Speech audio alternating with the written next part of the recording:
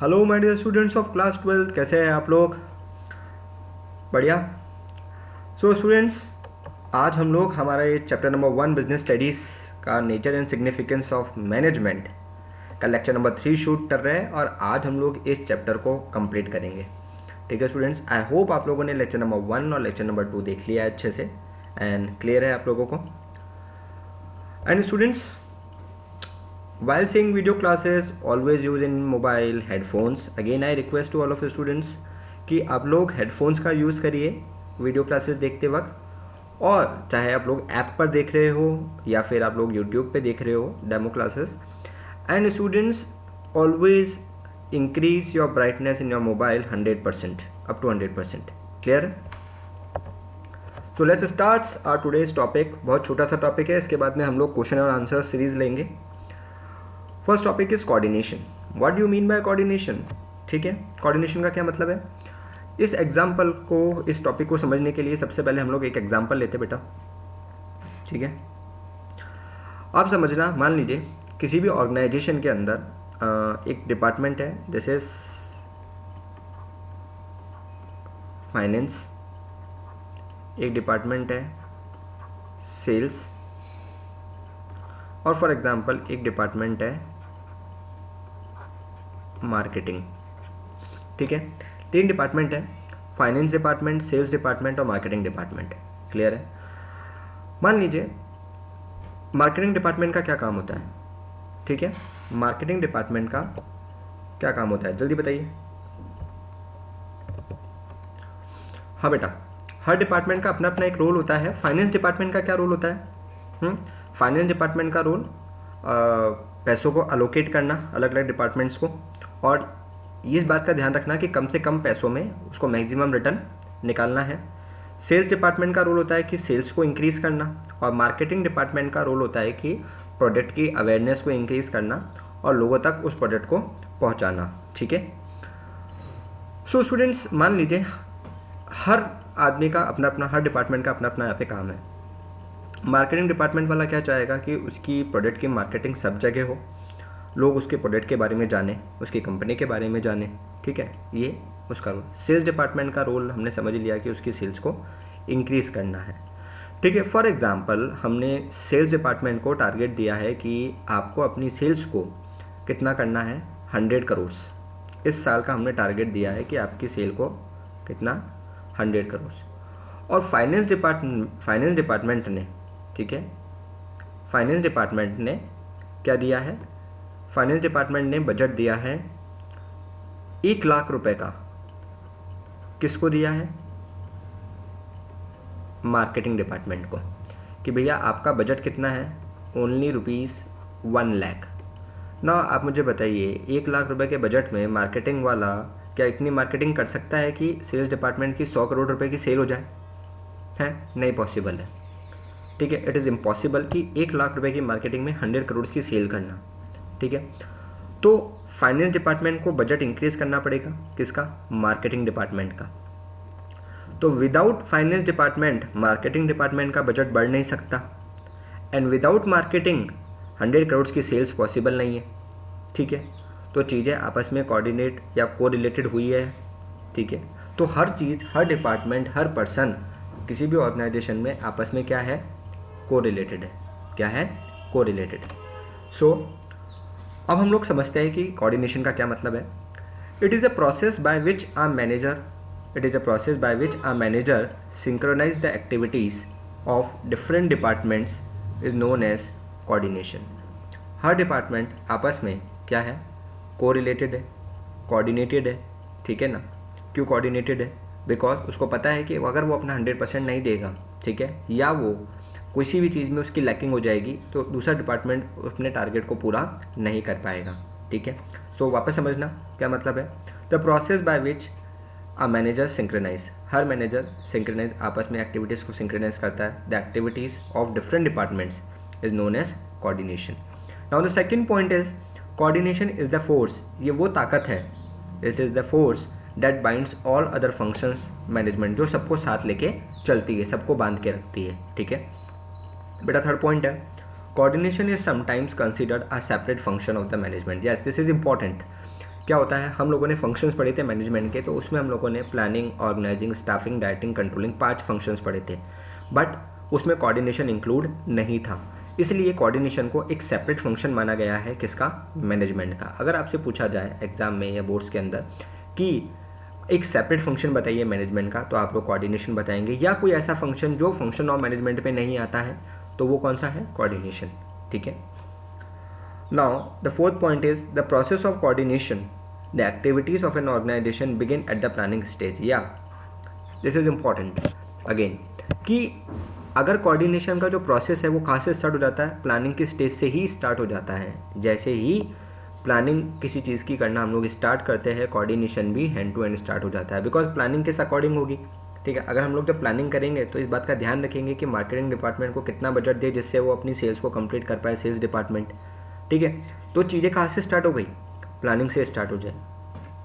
सो हमेशा 4 पॉइंट वापस देखना बेटा, process of coordination, the activities of an organisation begin at the planning stage. कहाँ से स्टार्ट हो जाएगा, प्लानिंग के स्टेज से ही स्टार्ट हो जाएगा। ठीक है। हम लोगों ने ध्यान है शादी वाला एग्जांपल लिया था फंक्शन ऑफ द मैनेजमेंट में। आप मुझे बताइए, अगर कार्ड डिस्ट्रीब्यूट नहीं हुए तो क्या मेहमान आएंगे क्या, और मेहमान नहीं आएंगे तो जो आपने खाना बनाया है वो किसी काम का नहीं है। तो अगर खाने वाले ने अपनी पूरी मेहनत से, हलवाई ने, ठीक है ना, बहुत अच्छा खाना बनाया, बहुत टेस्टी खाना बनाया, बट खाने वाला अगर नहीं है तो ठीक है। तो सब चीज़ें आपस में क्या है बेटा, को रिलेटेड है। फिफ्थ पॉइंट है, in order to ensure that these plans are executed in according to plans, directing is required. अगर हम लोग चाहते हैं कि हमारी जो प्लानिंग है वो सक्सेसफुल रहे, ठीक है, हम हमारे गोल्स को अचीव कर पाए, तो जो डायरेक्टिंग है वो प्रॉपर तरीके से होनी चाहिए, यानी कि आपस में अगेन को रिलेशन होना चाहिए प्लानिंग और डायरेक्टिंग के बीच में। And the last point is coordination involves synchronize of the different action or efforts of the various units of an organization. Again the same thing कि हर एक्टिविटीज़ आपस में सिंक्रोनाइज होनी चाहिए, कोरिलेटेड होनी चाहिए ऑर्गेनाइजेशन की, जिससे किसी भी यूनिट पे कोई इफेक्ट ना आए। ठीक है। अगर आपको कोऑर्डिनेशन के ऊपर शॉर्ट नोट लिखने के लिए आ जाता है तो ये आप पॉइंट समझा सकते हैं। ठीक है। Now what are the characteristics of the coordination, क्या क्या कैरेक्टरिस्टिक्स है कोऑर्डिनेशन की। It is a continuous process. Continuous का मतलब हमेशा चलता जाता है और चलता रहता है। जैसे ही हम लोग ने कोई गोल बनाया वहाँ से ही कोऑर्डिनेशन क्या हो जाएगा, स्टार्ट हो जाएगा। ठीक है। यूनिटी ऑफ एक्शन, सबको साथ लेके चलता है। डेलिब्रेट, यानी कि अपने आप ही हो जाएगा, कोऑर्डिनेशन करने की ज़रूरत ही नहीं है। जब तक मार्केटिंग वाले को बजट मिलेगा ही नहीं तो वो फाइनेंस डिपार्टमेंट के पास जाएगा कि भैया मेरा बजट इंक्रीज करो, वो उससे कोऑर्डिनेशन, उसको उसकी हेल्प लेनी ही पड़ेगी। So it is a deliberate process, अपने आप होगा। ठीक है। Coordination is the responsibility of all, सबकी रिस्पॉन्सिबिलिटी है। सिर्फ एक जना अपना 100% दे रहा है और एक आदमी नहीं दे रहा है तो हम हमारे गोल को अचीव नहीं कर पाएंगे। तो कोऑर्डिनेशन का होने के लिए, ठीक है, सबको अपना काम, अपनी पूरी ईमानदारी और 100% सबको देना पड़ेगा। ठीक है। It is integrate group, groups को जोड़ता है, साथ लेके चलता है। ठीक है। And coordination is all pervasive, pervasive का मतलब सब जगह। ठीक है। सब जगह कोऑर्डिनेशन है। आज आपके स्कूल्स में कोऑर्डिनेशन है, एक प्रॉपर टाइम टेबल बनाया जाता है, उसमें हर सब्जेक्ट को एक अपना टाइम मिलता है, हर टीचर को एक स्पेसिफिक पीरियड मिलता है। तो क्या है, स्कूल ने हर सब्जेक्ट के बीच में, टीचर्स के बीच में कोरिलेशन बना रखा है। ठीक है। जिससे टीचर अपना 100% दे पाए, टाइमली अपने कोर्स को कंप्लीट कर पाए, आप हर चैप्टर को, हर सब्जेक्ट को अच्छे से समझ पाओ। ठीक है। इसी तरीके से आज हम लोगों ने क्या कर रखा है, ऑनलाइन क्लासेस में आपके लिए स्पेसिफिक टाइम दे रखा है। हमको पता है कि किस सब्जेक्ट में सबसे ज़्यादा कोर्स है, उस अकॉर्डिंग सबसे ज़्यादा लेक्चर्स उस सब्जेक्ट के होंगे। जैसे अकाउंट्स का, ठीक है, थोड़ा सा लेंथी कोर्स होता है तो सबसे ज़्यादा जो लेक्चर होंगे वो अकाउंट्स के होंगे, उसके बाद में इकोनॉमिक्स और फिर बिजनेस स्टडीज़। ठीक है। सो कोऑर्डिनेशन सब जगह है। आज आप कहीं भी चल जाइए, सब जगह आपको कोऑर्डिनेशन देखने को मिलेगा बेटा। ठीक है। नाउ इम्पॉर्टेंस, लास्ट टॉपिक इस चैप्टर का, इम्पॉर्टेंस ऑफ कोऑर्डिनेशन। जैसे ही कोऑर्डिनेशन इस्टेब्लिश होता है, कंपनी की ग्रोथ होती है, कंपनी एक्सपेंड करेगी। फंक्शनल डिफरेंशिएशन, ठीक है, यानी कि हम एक साथ बहुत सारे काम कर सकते हैं अगर कोऑर्डिनेशन प्रॉपर है तो। और स्पेशलाइजेशन, यानी कि हम हमारा बेस्ट दे सकते हैं, हम हमारी चीज़ को 100% और best quality at the cheaper price हम लोगों तक हमारे प्रोडक्ट को अवेलेबल करवा सकते हैं। ठीक है। सो क्लियर है आपको, ग्रोथ इन साइज मतलब एक्सपेंड होना in terms of profit, in terms of branches and all. Functional differentiation यानी कि हम बहुत सारे काम रेगुलेट कर सकते हैं, तरीके से कर सकते हैं एक साथ। एंड द स्पेशलाइजेशन मतलब हम 100% with the better quality at the cheapest price हम लोग हमारे प्रोडक्ट को लोगों तक प्रोवाइड कर सकते हैं। सो क्लियर है आप लोगों को। सो अब मैं आप लोगों को कुछ केस स्टडीज़ यानी कि कुछ क्वेश्चन और आंसर्स की प्रैक्टिस करवाता हूँ कि किस तरीके से आपके बोर्ड्स में क्वेश्चंस पूछे जा सकते हैं, ठीक है। इसके बाद में आपको मैं हमारे नेक्स्ट जो भी हमारी क्लास होगी उसमें मैं आप लोगों को कुछ बुक्स ज़रूर रेफ़र करूँगा जो आप लोग अपने फ्यूचर रेफरेंस के लिए या फिर एग्ज़ाम पॉइंट ऑफ व्यू से उनकी हेल्प ले सकते हैं। अदरवाइज़ मैं आपको नोट्स और बहुत सारे क्वेश्चंस इंस्टीट्यूट की तरफ से आप लोगों को मिलेंगे, ठीक है। कुछ स्टूडेंट्स को मिल भी गए होंगे बेटा, हैं। So students, let's start our question answer session. और क्वेश्चन नंबर 1 इज़, देखिए ध्यान से पढ़ेंगे क्वेश्चन को ध्यान से समझना बहुत इंपॉर्टेंट है बेटा बिजनेस स्टडीज़ के अंदर, ठीक है। क्या है, जोश एंटरप्राइजेस एक कंपनी है जिसका नाम ही जोश रखा गया है, ठीक है, जिसमें उसमें काफ़ी जोश रहे। सो Josh enterprises decided to have a meeting of all the key employees of different departments in the organisation, ठीक है, ध्यान से समझना है। जोश एंटरप्राइजेस ने एक मीटिंग कंडक्ट करी जिसमें जितने भी कीज एम्प्लॉयज़ यानी कि जो इंपॉर्टेंट एम्प्लॉयज़ है उनको बुलाया गया। The main motive is to tell the employees to keep the target of 20% increase in sales as the main objective when they work throughout the year, ठीक है। और उन्होंने इस मीटिंग में जो एजेंडा रखा गया है वो क्या है कि हमको हमारी सेल्स को 20% इंक्रीज करना है in throughout the year, in the coming year. The meeting is full of ideas, meeting में बहुत सारे आइडियाज़ रखे गए regarding the employees and the process involve, जिससे एम्प्लॉयज़ को भी ग्रोथ हो। Various plans are made to harness the potential various plans are made to harness the potential of the employees and streamline the process. However, with the passage of a few days, कुछ दिनों बाद ही the external business environment checked the capability of the organization to adapt to the situation. उसके बाद में हम लोगों ने check भी करा कि जो हमने प्लानिंग करी थी क्या हम लोग उस पर खरे उतरे हैं क्या, ठीक है। खरे उतरने का मतलब हमने हमारी जो प्लानिंग जो हम लोगों ने करी थी क्या वो हो भी रही है। The company successfully comes out at the end of the year with the flying colours, ठीक है। और फ्लाइंग कलर्स के साथ में यानी कि उन्होंने अपनी टारगेट को अचीव कर लिया at the end of the year. What are the various characteristics of the management you can find highlighted here. आप लोगों को ये बताना है कि यहाँ पे कौन कौन सी कैरेक्टरिस्टिक्स मैनेजमेंट की हाईलाइट हो रही है। ऑल्सो आइडेंटिफाई द लाइन्स, और साथ साथ में आपको ये जो ऊपर केस स्टडीज़ गिवन है इसमें से आपको लाइन्स भी कोड करनी है कि जो आप कैरेक्टरिस्टिक्स बता रहे हो वो किस बेसिस पे कैरेक्टरिस्टिक्स बता रहे हो आप लोग, ठीक है। समझ में आ गया आपको क्वेश्चन? अगर नहीं समझ में आया वीडियो को पॉज करके फटाफट एक बार क्वेश्चन को ध्यान से पढ़ लीजिए, ठीक है।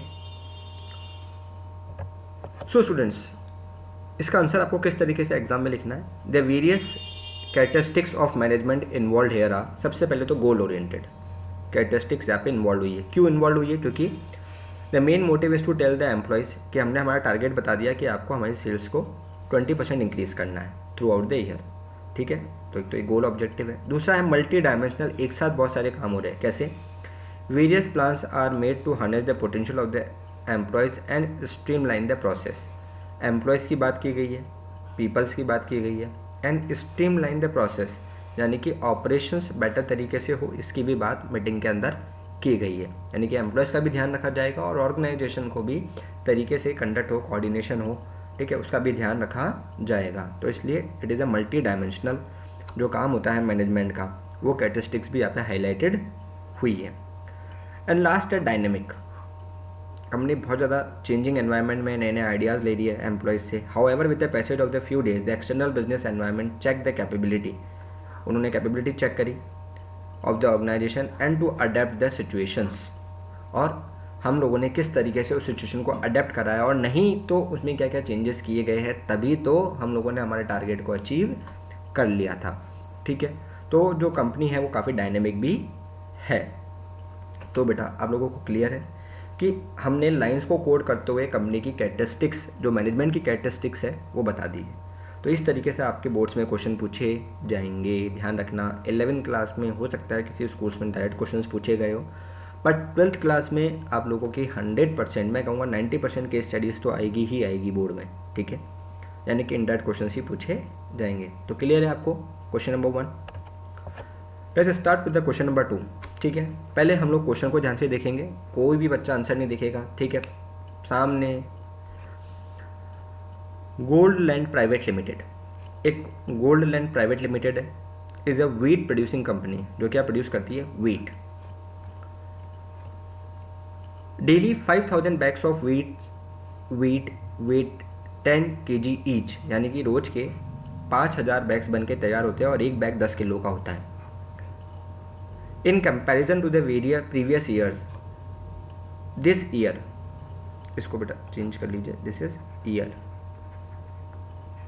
This year has been less number of bags produce as per day basis, the number is around 4500। पिछले साल जहाँ पे 5000 बैग बनाए गए, ठीक है, इस साल कितने वेट बना रहे हैं हम लोग, कितने बैग बना रहे हैं, 4500, which is less than the target of 5000 set by the company.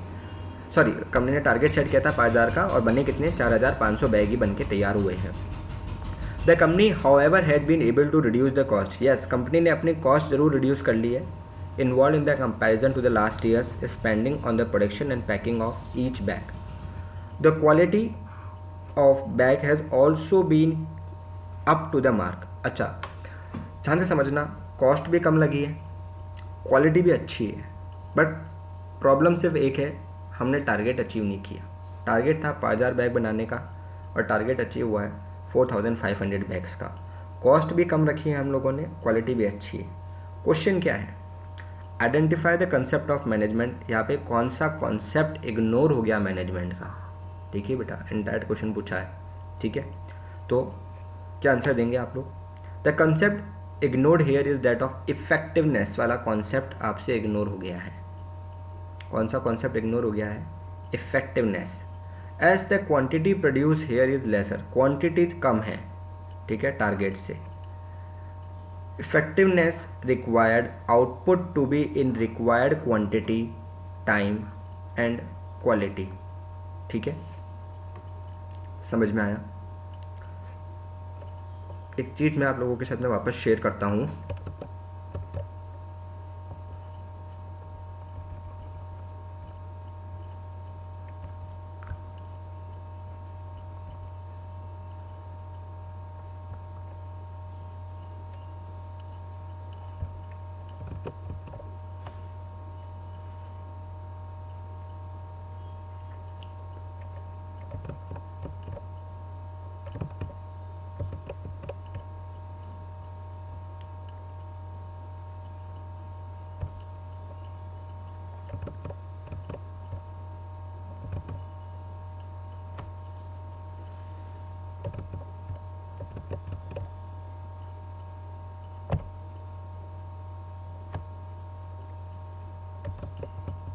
एक मिनट बेटा, ठीक है, अभी बेटा वो ओपन नहीं हो रहा है, ध्यान से देखिएगा। जहाँ पे कौन सा कॉन्सेप्ट इग्नोर हो गया है, इफेक्टिवनेस, ठीक है। एफिशिएंसी तो है, एफिशिएंसी तो है,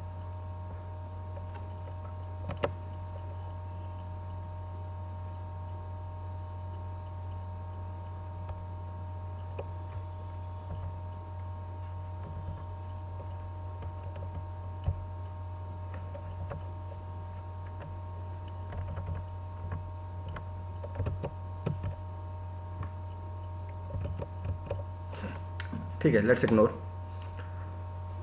सॉरी फॉर द इंटरप्शन। समझना बेटा,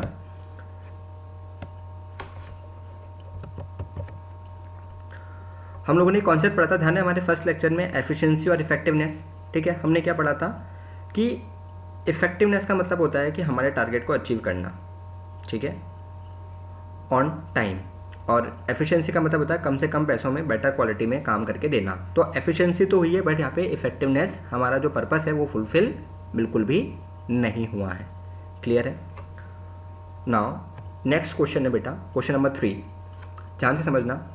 ABCD incorporation is a company which deals with providing car service. किसमें वो अपनी सर्विसेज देती है? अपनी कार में, ठीक है, प्रोवाइडिंग कार सर्विसेज। कौन सी सर्विसेज प्रोवाइड करती है? कार सर्विस प्रोवाइड करती है at home and on roads. ठीक है, आपके अगर घर पे कार ख़राब हो जाती है तो घर पे आके वो लोग ठीक करके जाते हैं, या फिर कहीं पे भी रोड पे आपकी कार ख़राब हो जाती है तो आप ऑन कॉल उन लोगों को बुला सकते हैं। तो ऑन कॉल आप बुला के अपनी कार की सर्विस करा दीजिए। There are different departments in the company. Company के अंदर अलग अलग डिपार्टमेंट है, जैसे कि ह्यूमन रिसोर्स डिपार्टमेंट है, मार्केटिंग डिपार्टमेंट है, आपका फाइनेंस डिपार्टमेंट है, रिसर्च डिपार्टमेंट है, ठीक है, research and development and operation department है। The top management of the company try its level best to synchronise the activities of different departments in the best possible manner. Top management ने कोशिश करी है कि सब डिपार्टमेंट्स आपस में correlated रहे, ठीक है। The result is the increase efficiency and attainment of goal. जिसका रिजल्ट क्या आया कि एफिशिएंसी इंक्रीज हो गई और हमारे गोल को हमने अचीव करा। However with the passage of time the size of the company has grown and now there are many branches of this company. धीरे धीरे कंपनी बढ़ती गई और उसके बहुत सारी ब्रांचेस भी इंक्रीज होती गई। The synchronisation has turn more important with the increase in the size of the company and the number of employees. Now coordination synchronisation और भी ज़्यादा इंपॉर्टेंट हो गया क्योंकि कंपनी की साइज़ बढ़ गई है, ठीक है, कंपनी में एम्प्लॉयज़ इंक्रीज हो गए। The departmental heads of the company are specialist in their respective areas and the top management try to work with them not with authority but by representing their views on the subject. Their ego clashes are avoided to ensure smooth functioning of the organization. ठीक है, इसलिए company ने क्या रखी, कुछ departmental heads की meeting रखी company के अंदर, जिससे अगर उनके बीच में आपस में कोई ईगो है वो क्लैश ना हो, ठीक है, और उनमें स्मूथ तरीके से ऑर्गेनाइजेशन का काम चलता रहे। Identify the concept of management is highlighted above. आपको एक तो कंसेप्ट बताना है मैनेजमेंट का जो ऊपर हाईलाइट हुआ है, and right 2 benefits highlighted the above paragraph of this concept. और जो आपने कंसेप्ट बताया है उसकी 2 बेनिफिट्स भी आप लोगों को बताने हैं, ठीक है। यानी कि क्वेश्चन एक तो कौन सा कंसेप्ट आप लोग ले रहे हैं और उस कंसेप्ट के 2 बेनिफिट्स आप लोगों को डिस्कस करने हैं। समझ में आया? तो देखना बेटा ध्यान से, इसका आंसर किस तरह से देना है। The concept of management is highlighted is that coordination, ठीक है, क्यों? Because the top management of the company try its level best to synchronize the activities of different departments in the best possible manner।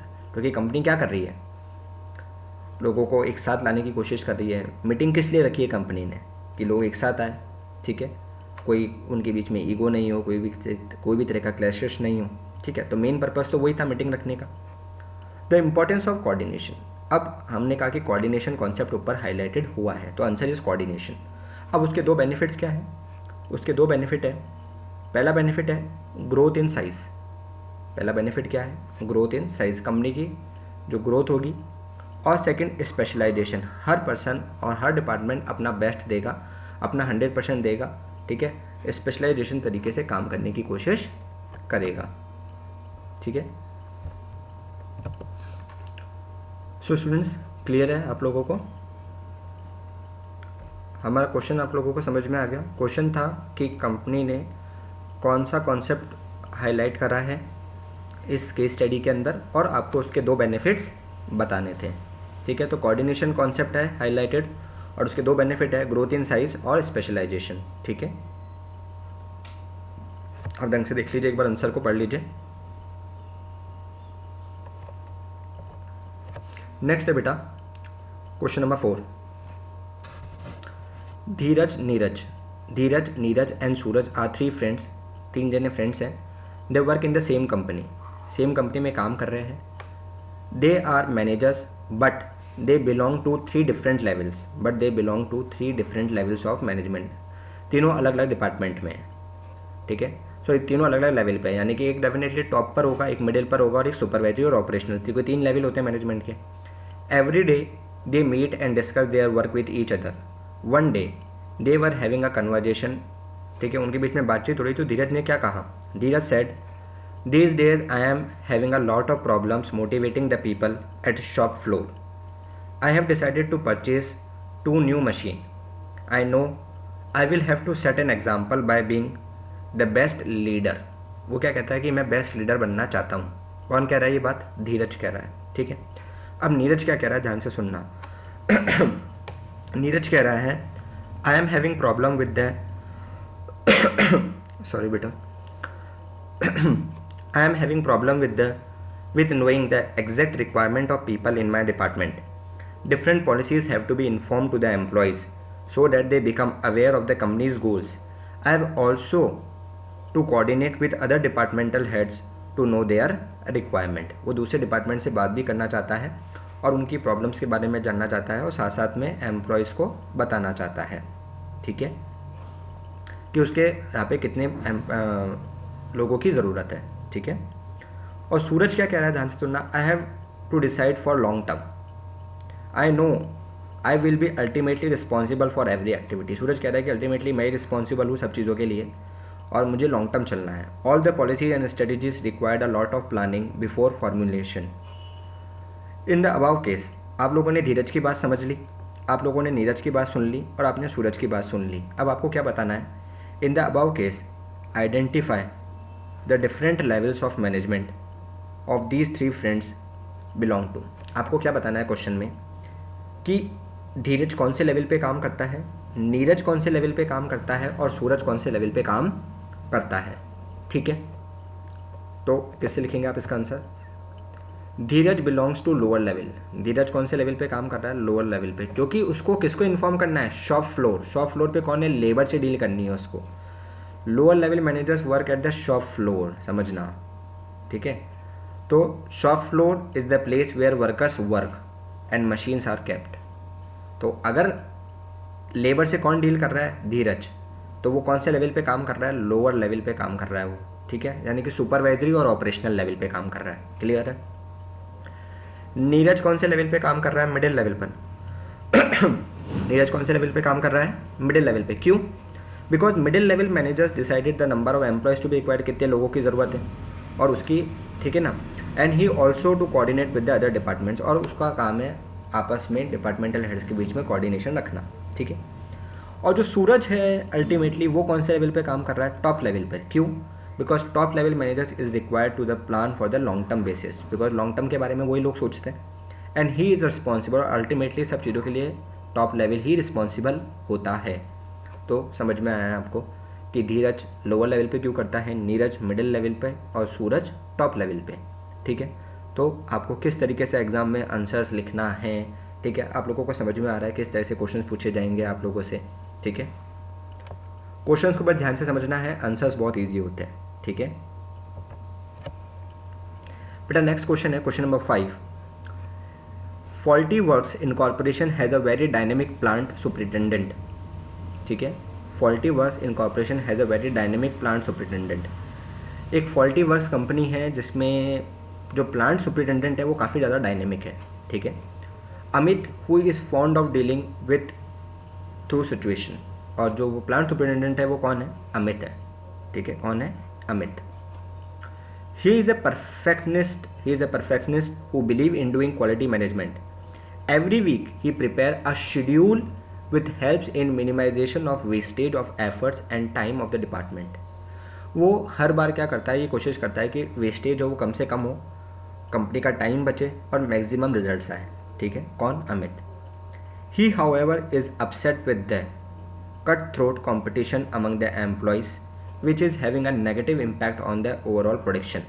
But वो एक चीज़ से परेशान है कि employees आपस में ही क्या कर रहे हैं, कॉम्पिटिशन कर रहे हैं, जिससे जो ऑर्गेनाइजेशन है उसके ऊपर नेगेटिव इम्पैक्ट आ रहा है. ठीक है. Even after all such problems he is managing the situation very well. इसके बाद भी वो सिचुएशन को बहुत बेटर तरीके से डील कर रहा है Amit. On 26 Feb he inform his boss that the target given to him has been achieved and with the best quality. उसके बाद भी उसने अपने बॉस को इन्फॉर्मेशन दी, ये सब होने के बाद भी, ये प्रॉब्लम चलते हुए भी, कि भाई कंपनी ने अपना टारगेट अचीव कर लिया है और अच्छी क्वालिटी के साथ में. The best part was that still 2 days were remaining for the deadline. ठीक है, जबकि टारगेट था कि 28 फरवरी तक आपको अपने काम को कंप्लीट करना है, बट उसने 26 तारीख को ही अपने काम को कंप्लीट करके दे दिया. To be over was 28 Feb. However his boss was not pleased as the cost incurred by his team for the completion of the project is more than the allowed limit. Yes, काम time पे complete हो गया, quality अच्छी है, but पैसे ज़्यादा लग गए. बॉस खुश नहीं था अमित से इसलिए खुश नहीं था कि भाई तुमने अपना काम तो कंप्लीट कर दिया, क्वालिटी से करा, बट तुमने क्या करा है, पैसे ज़्यादा लगा दिए. ठीक है, कंपनी के क्या कर दिए, पैसे ज़्यादा लगा दिए. ठीक है. In the above case find out the concept of management which violated. बहुत ईजी है, बताओ कौन सा कंसेप्ट ऑफ मैनेजमेंट यहाँ पे वायलेट हुआ है.